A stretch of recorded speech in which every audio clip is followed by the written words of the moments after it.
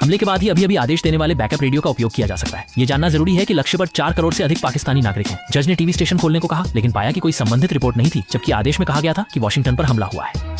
फिर तुरंत मुख्यालय से संपर्क किया गया। हमले के आदेश की फिर से पुष्टि करने की मांग की गई, लेकिन न्यायाधीश को तुरंत पद से हटा दिया गया और बगल के सहायक ने आदेश का पालन जारी रखा। सहायक ने भी उच्च अधिकारियों से वही बात कही, फिर से पुष्टि की मांग की, अन्यथा पालन करने से इनकार कर दिया। उच्च अधिकारी मजबूरी में उन्हें आदेश की प्रतीक्षा करने के लिए कहने लगे। लेकिन 2 मिनट बाद रडार ने अचानक एक क्रूज मिसाइल को उनकी ओर आते हुए देखा, जो सीधे समुद्र के नीचे की पनडुब्बी की ओर जा रही थी और उनके पास बचने के लिए 20 सेकंड से भी कम समय था।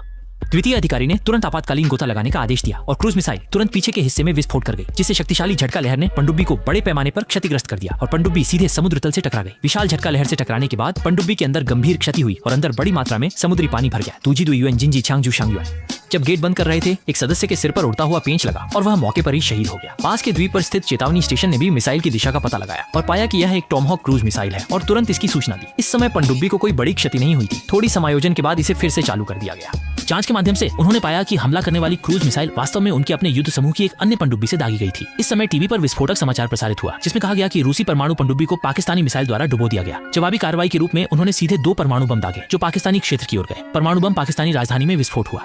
इस समय पनडुब्बी ने भी इस जानकारी का पता लगाया। इसको स्पष्ट करने के लिए